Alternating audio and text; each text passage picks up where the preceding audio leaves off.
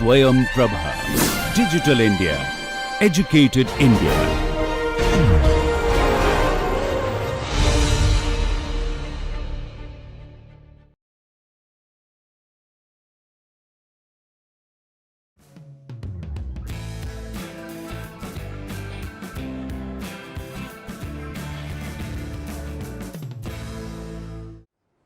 We were looking at active control and we looked at the kind of actuators and sensors that can be used, and we also looked at very briefly at different types of control. So we had a model based control and non-model based control, and we said that either you have a controller which does not need to know about the system, which is non-model based control, you can do system identification and so on, but then there is no guarantee on the fact that the guarantee on the effectiveness of the control. There is no mathematical proof that you can give that at least in principle controller should work. So if you have a model based system, the controller does need a detailed knowledge of the system, but then the controller can give mathematical guarantees that the control will work at least on paper. So which is good, which is bad, I think that is the experience of the engineer. So you can answer this question only after having worked on the subject and control some oscillations. I have myself not been working on this topic, but I think the answer is not very easy and one needs to have experience and then only you can give the answer. So I am trying to do here is to give a flavor, and so in the examination I am not going to ask you whether you use this controller or that controller because I myself do not know the answer, so do not worry about it. So last thing I want to, any questions so far? Yeah.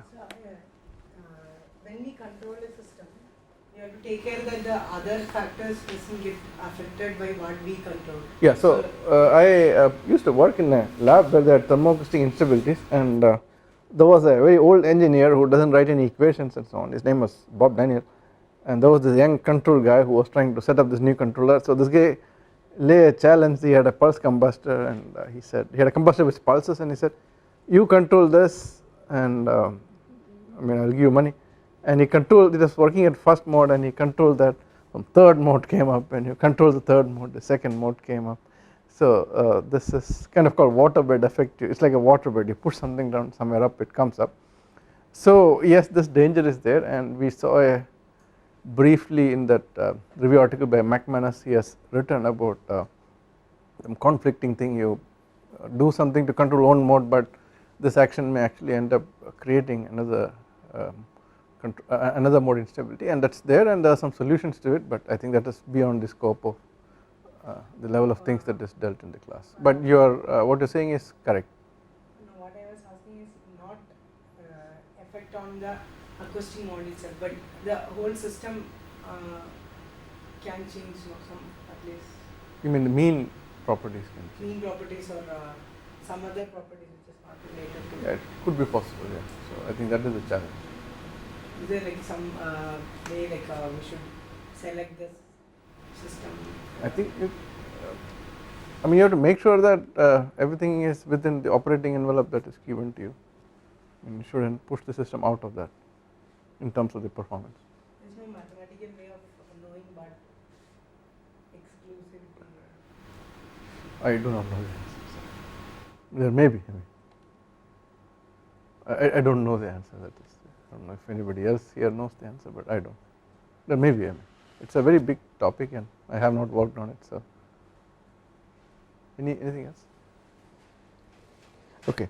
So, in reality, the practical combustors possess turbulence. I mean, the flow is turbulent, and we always study laminar flow, but the reality is that the flow is turbulent, and it's very hard to model this turbulence, acoustics, and combustion accurately, and physics based models of the system are unlikely to be sufficiently accurate to use as a basis for controller design, and we talked about many reasons throughout the course why what are the difficulties in the modeling, and we looked at like where improvements possible and so on. The recent thing is this non-normality and so on.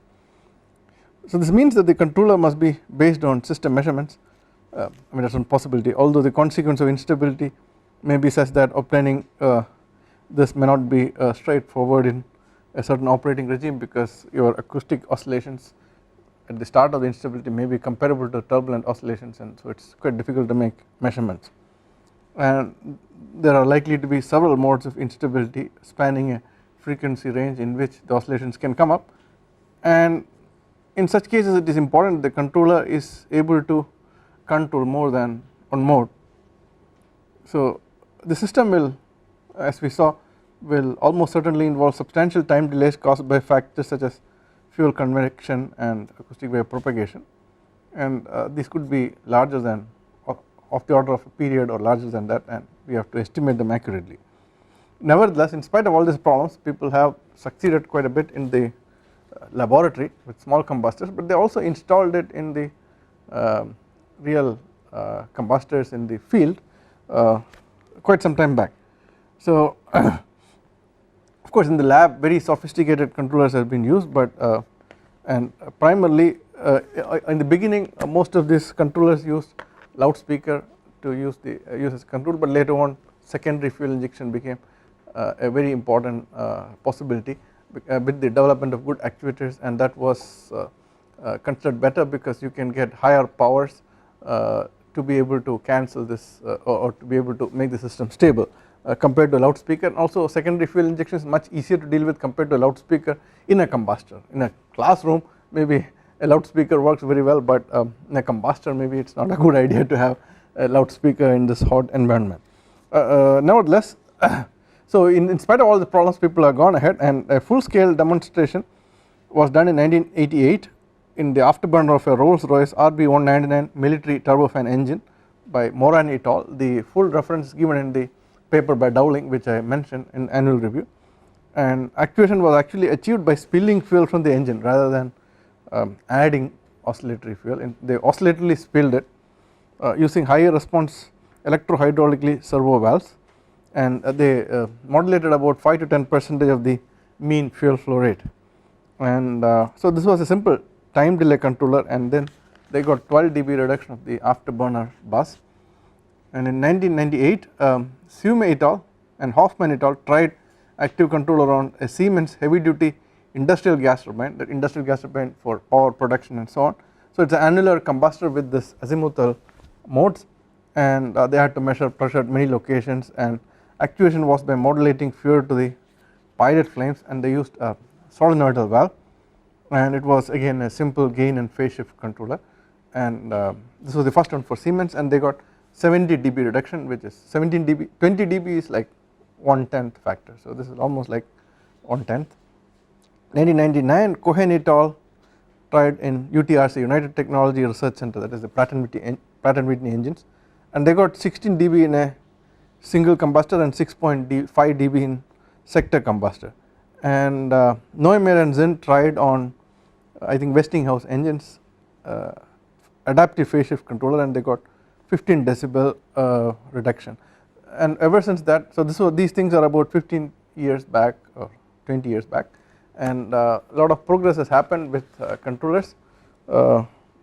Nevertheless, these companies GE and Pratt & Whitney and Siemens, they are not having these active controllers in their engines, neither in the military engines nor in the industrial engines. I think Siemens ran their combustor for quite some time, some of them with active control, but then it was quite expensive. I think you have to pay substantially more for the version with the controller on, and somehow the feel that this thing will work is not there by the engineers for some reason, and so they are not favoring going to this, and they are, I think they are quite nervous about, I mean they expect the combustor to work for several years and so on, and they do not think actuators will work that long, although the active control people say that look, your actuators in the cars, they work for many years, but for some reason the people in the land based gas turbine industry, they are willing to work around it. Even the military engines, if anything, they will be the ones who first come around to active control, but at the moment they are again working around it by doing passive control and adjusting the operating envelope such that you do not get into instability. So that is where the subject is, but overnight things can change with some game changer coming in, and maybe some of you will get to make this practical as used by the industry. Just like in aeroplane, fly-by-wire and all are used, although it's quite involved intricate technology, and if something fails there is quite a bit of consequence, but people are using it. So I guess someday it may work, and I think technology prediction is not a very easy thing. You must have heard about a lot of predictions gone wrong, so I wouldn't make any predictions, but just hope that this may come into existence. Okay, so I'll stop active control with that. Yeah. Is it necessary that always the active control that we are giving should be of the time scales of acoustics? There are other type of control. For example, you can change something which are sorry. So there is tuned passive control. That means if some kind of thing comes, you tune it to make it disappear. But you can also, people would be okay to. I mean, I don't know whether you can call it active control, but if you can, something comes on and you can change the equivalence ratio or something, which is happening at a lower time scale than the acoustic oscillations, that the engineers are okay with, and I think that kind of things are used in the industry. But what is traditionally referred to as feedback control is things of the time scale of the oscillations. That is what the engineers are not very pleased with, the existing outcomes of that. But the other one also exists, and engineers are happy with that kind of control. Anything else? Okay, so we have one more class left, so there isn't time to. There are a lot of topics that I can cover, but I thought I will speak about solid rocket motor, which is quite important, and our country has a good solid rocket motor program.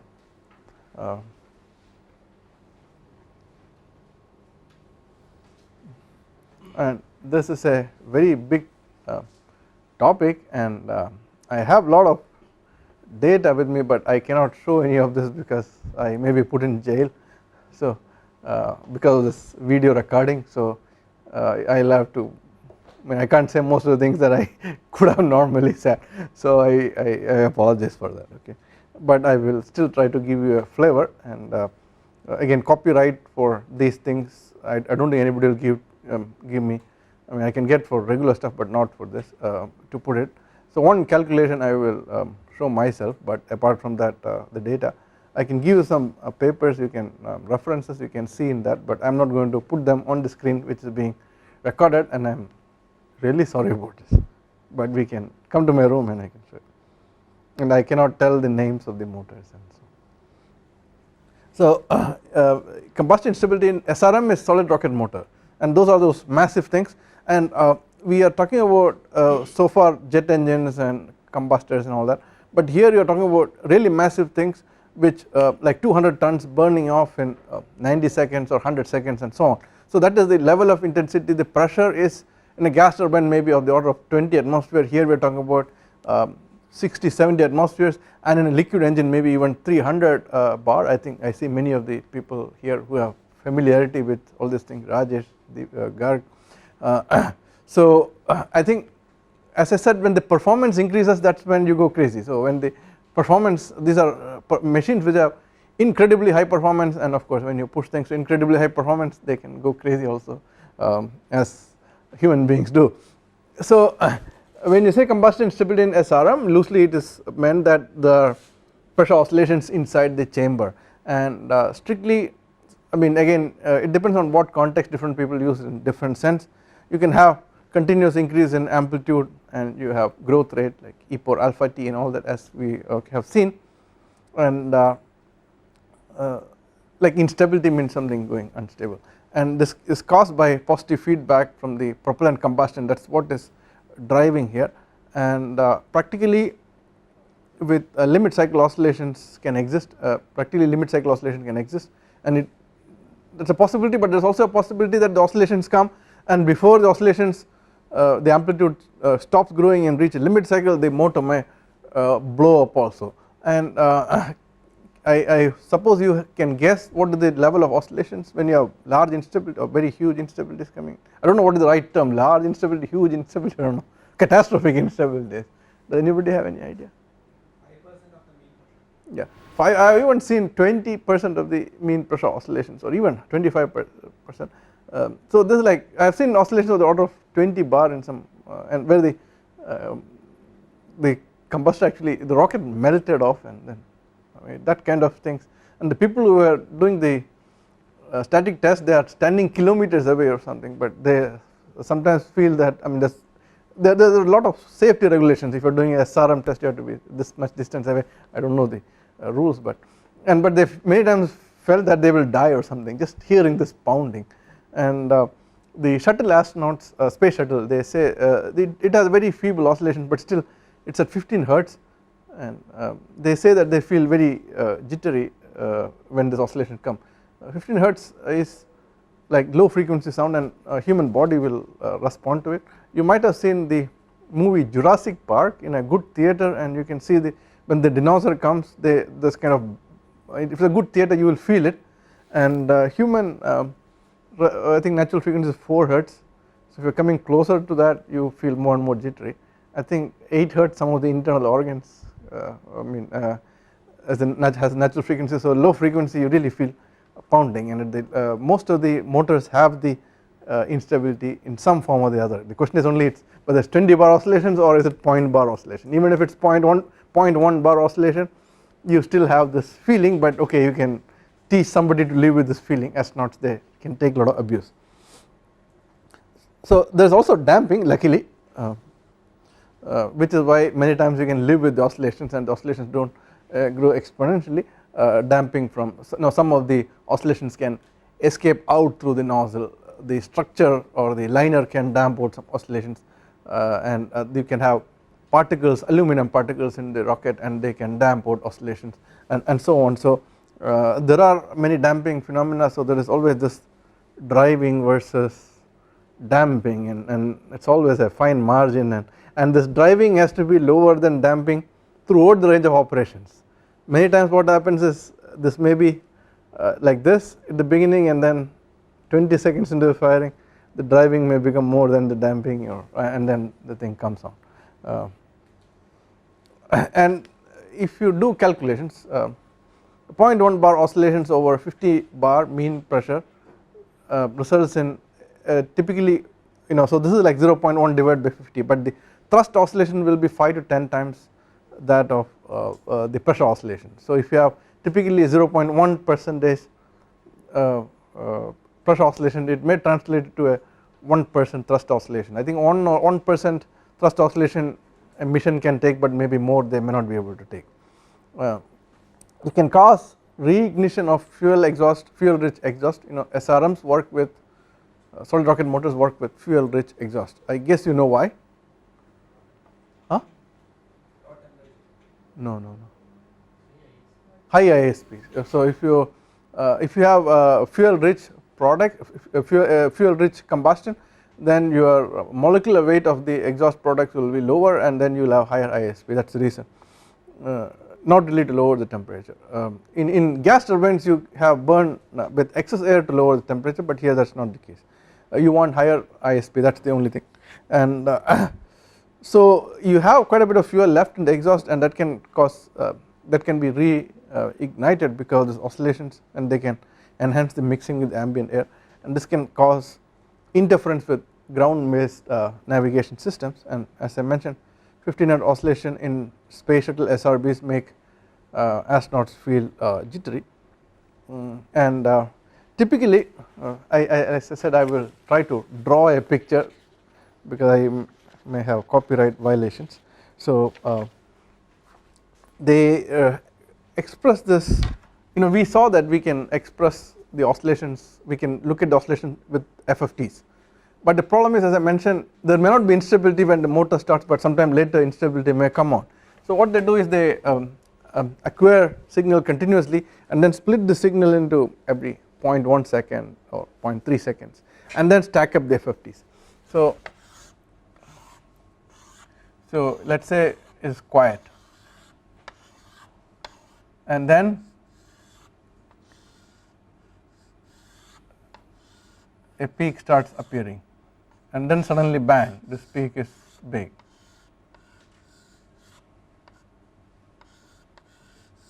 And then what would be interesting is at some time the instability changes frequency. and then of course it may die down also at some time.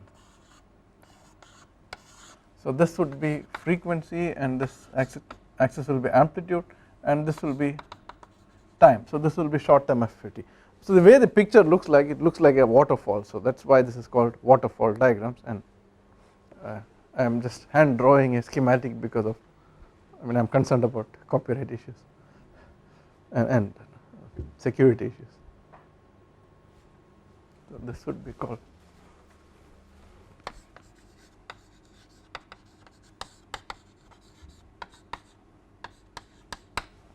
So if people look at this plot, and if there are spikes in it, then you have instability, and you can make out many things by looking at this plot.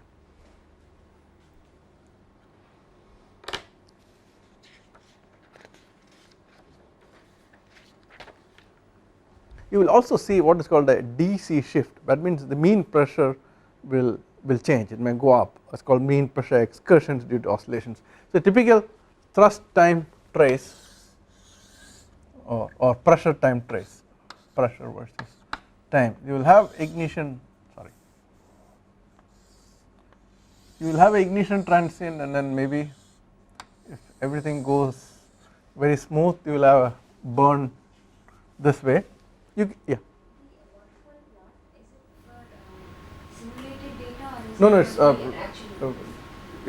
mean typically they have pressure transducers mounted in the solid rocket motor, and that's being acquired. You can of course simulate and plot also, but I mean in the actual live firing, static or the flying missions, they will be acquiring data with piezoelectric transducers or piezoresistive transducers, and they are plotted. Okay, so you have the pressure time trace. You can also get the thrust time trace with accelerometers and so on, and that will also follow something similar. And this is a quiet rocket, and everything will be happy. And then if things go wrong, then suddenly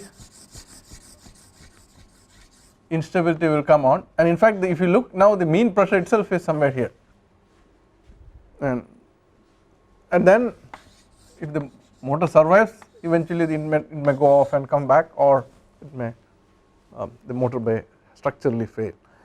So this would be like highly non-linear oscillations, and the mean pressure itself will shift, not just when we studied earlier, we said that you have mean and then you have fluctuation around it, but here the mean itself has now gone up. So you can also have small amplitude fluctuations where you have things like that. That would be like a linear kind of oscillations around the mean, but here the way I have drawn it is the mean itself has shifted, and you can kind of imagine why this would happen, because whenever there are oscillations, the transport processes get enhanced tremendously, and so the heat and mass transfer from the propellant goes up so much that the mean burn rate itself is very high, and therefore you can have mean pressure shift in oscillations. So that is something which is seen, and when you have large oscillations.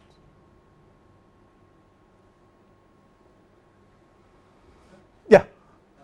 If the mean burn rate increases, then time should be is that whatever the final time. Yeah, so this will burn up faster.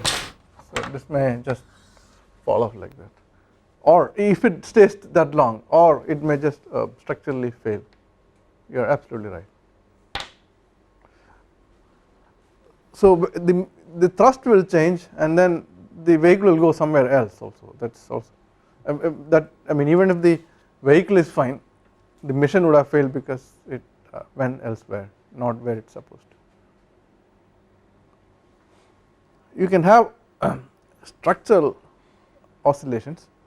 So you can have we may have a small amplitude limit cycle oscillations where the oscillation may resonate with the structural member in the vehicle, causing catastrophic destruction. Other systems could include guidance and navigational control electronics. So you may have a motor which is in the static tests, everything is successful. You have the motor staying fine and very small amplitude, let's say 0.01% of the mean pressure oscillation or something, but in the flight it fails because you have the system, these oscillations might might be corresponding to the natural frequency of some of the electronics item. Electronics are in general sensitive to oscillations, but in some system may fail simply because we are oscillating at that frequency. So typically the test for all the possible frequencies in the structure and the systems involved, and make sure that you none of them resonate with this. I can tell you a story without naming the motor. So I have heard in America there was a motor which was it is a missile working fine and so on, and then all of a sudden in flight test the motor started the missile started failing, it started just blowing up, and so it was thought to be combustion instability, but then even in peacetime they fire missiles just to be sure that everything works. So now they took the missile back to static the static test stands and started firing, and the missiles are completely fine, but then you fire they are failing. So it turned out that somewhere down the line aluminum supplier changed, and so something slightly changed with the aluminum, and so they ended up having a different kind of particle damping characteristics, even though the aluminum particle apparently looked like the same size. They some slight change was there, and therefore they had the small oscillations. They could not get rid of them whatever they did. So what they did was to easy fix was to change the natural frequency of the navigation system and fix the problem. So I think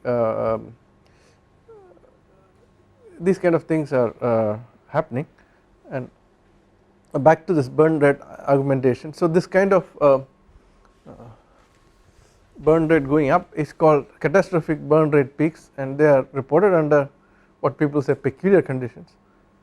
But then effective oscillations on burning rates may exist under normal conditions also, no one knows. You put it in a ballistic evaluation motor and find the characteristics of the motor, but even there may be oscillations, and so what you think is normal may also be under some oscillations. And people also said that the same propellant, when you put it in when you load it in different rockets with different sizes, they give different burn rates. So all this sounds like fancy stories, but I mean if you speak to people who deal with this profession, they will say all these things. And the most difficult portion is oscillations are unforeseen, usually, not usually, always, and they are still too complicated to predict a priori in spite of computer programs and all that. So generally they are encountered late in the motor development program, because this will not be seen till the firing occurs, and at that time the options are really too few available, and anything that you propose the program manager will shoot down, because he says he has to have the best missile or best rocket, just to have this, that, and so anything you say would not be acceptable, because they don't want to change anything, because changing anything will either mean a lot of expenses, or it will also mean compromise in performance, and nobody is unwilling to give. So you have to have best of everything, but it has to work also, but it is not working because it is blowing up. And then the people who have some tricks of the trade, what Professor Price, who was a expert in instability, he called it resident black magician or something. So they will have a few tricks of the trade employed rather than really a scientific approach.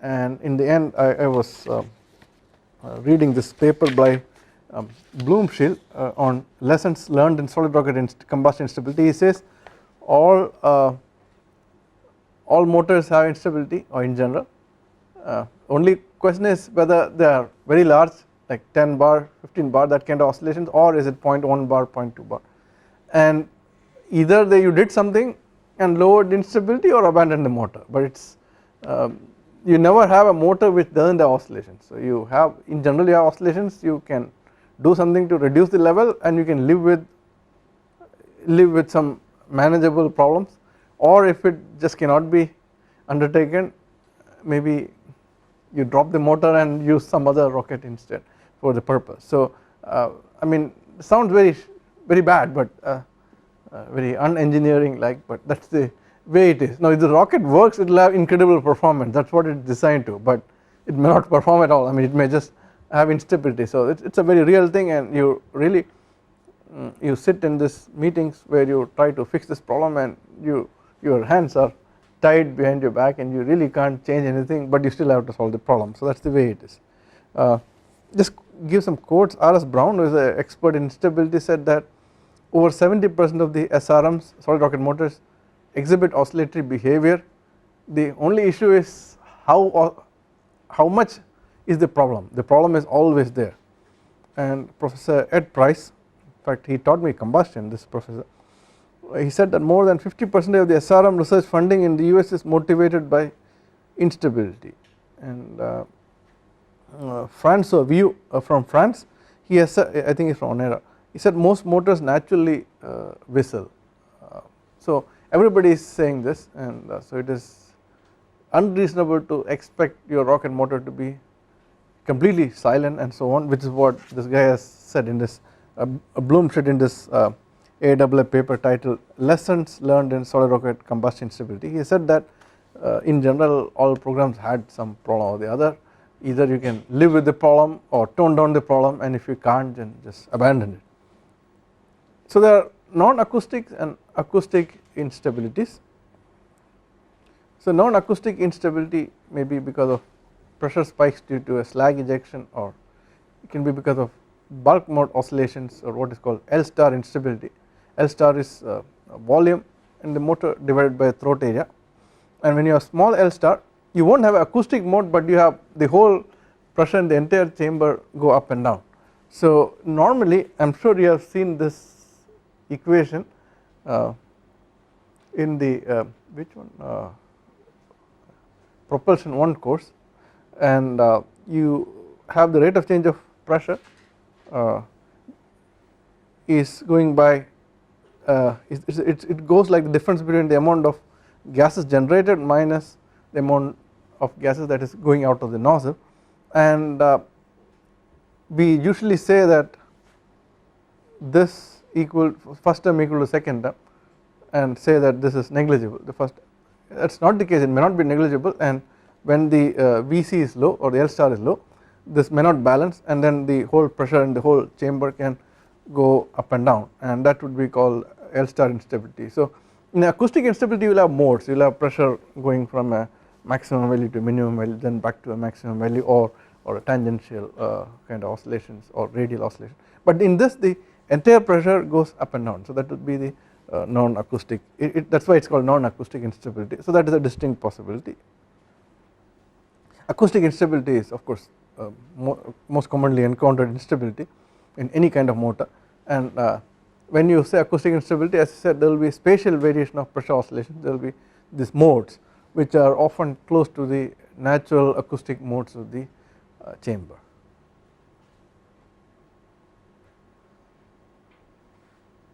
Is there any situation when we design the motor to have a particular instability and make sure that that instability won't cause any problem? I think any instability is problematic because simply because you are having even a 0.1% of the mean pressure. The mean pressure itself is very large, will cause 1% change of thrust oscillations. Anything more than that cannot be tolerated by the emission people.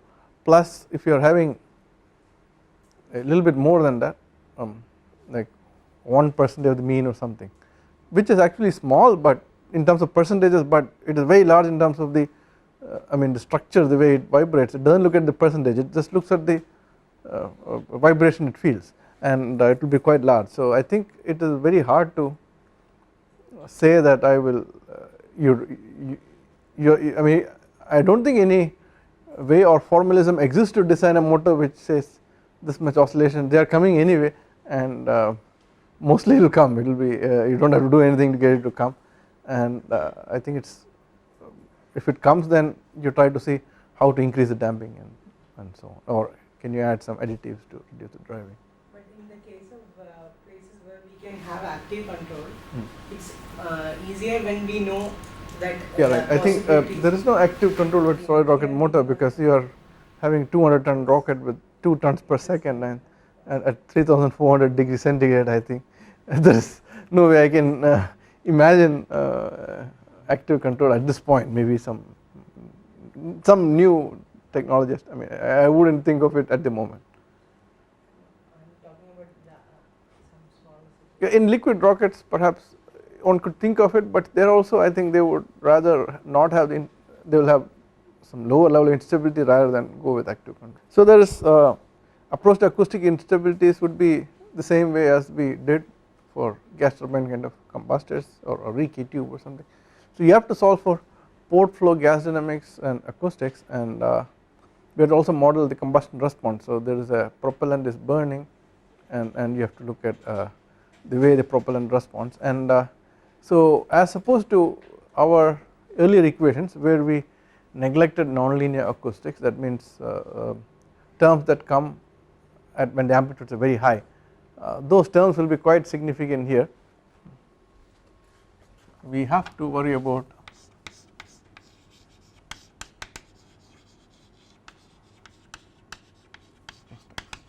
so nonlinear acoustics can be gas dynamics, right? I mean it's unsteady gas dynamics there, and we have to also worry about acoustic mean flow interaction.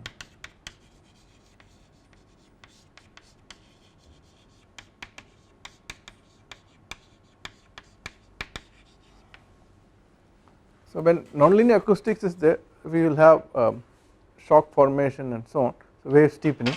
So if you have a compression wave coming, then as the wave moves into the flow, the wave will heat up the flow. So the back part of the wave will see a higher temperature. So then the wave coming from behind will try to travel at a faster speed simply because it has a higher speed of propagation. And so eventually, so the front part is going like this, back part is going faster, so eventually you tend to catch up. So just to draw this schematically, so let us say we have a front like this, but this guy is moving at a certain speed, but here you are trying to move faster. So eventually you will end up this front steepening to form a shock, and this is will surely happen with the kind of oscillation amplitudes that are seen in rockets. So you are not going to see very nice sine waves and so on. You surely nonlinear gas dynamics is important, and it will take we have to account for that many times.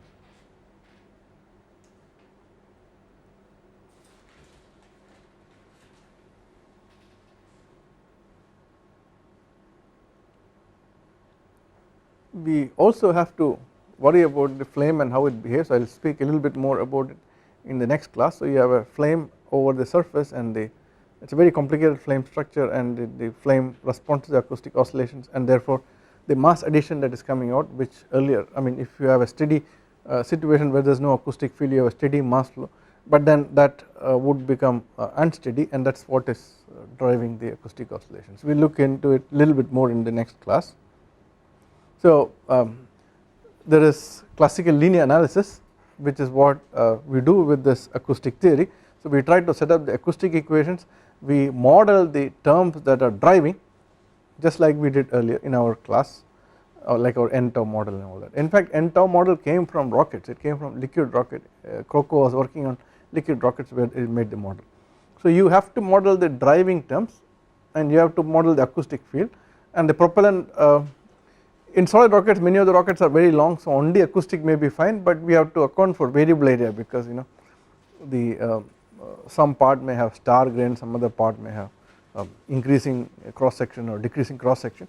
So if we can model the acoustics, and if we can find out what are the terms that drive and damp either from the volume or the surface, then we should be able to solve for the eigenvalue of the problem. And so to get the driving, you need to model the combustion zone, and damping we have to look at what are the factors that are involved in creating the damping.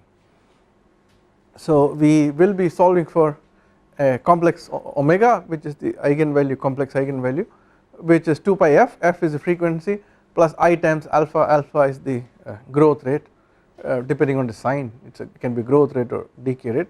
So if you write p hat as p hat e power minus I omega t, and you have e power minus I 2 pi f t, which is the periodic component, and there is this e power alpha t, which depending on the sign of the alpha is the exponential growth or decay rate. And so in summary, all the effort is towards finding the imaginary part of the eigenvalue, which is called the growth rate or the decay rate.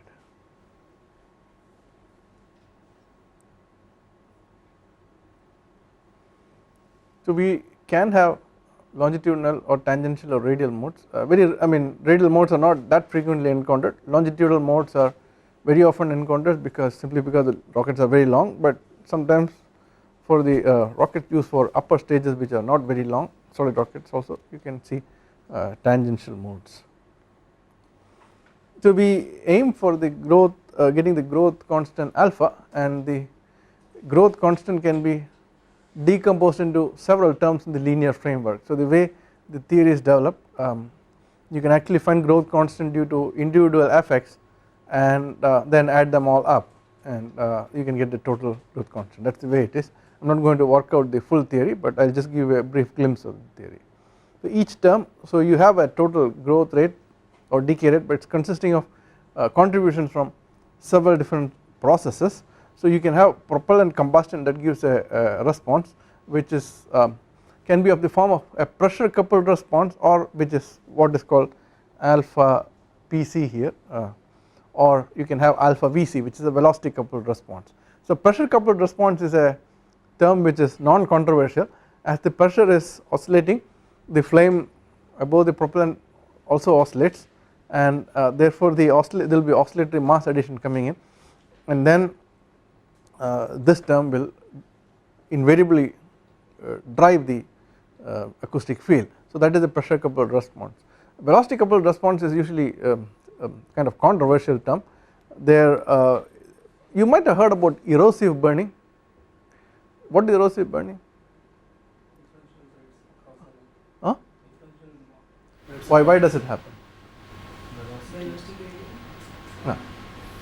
So why does velocity gradient cause this velocity coupled response?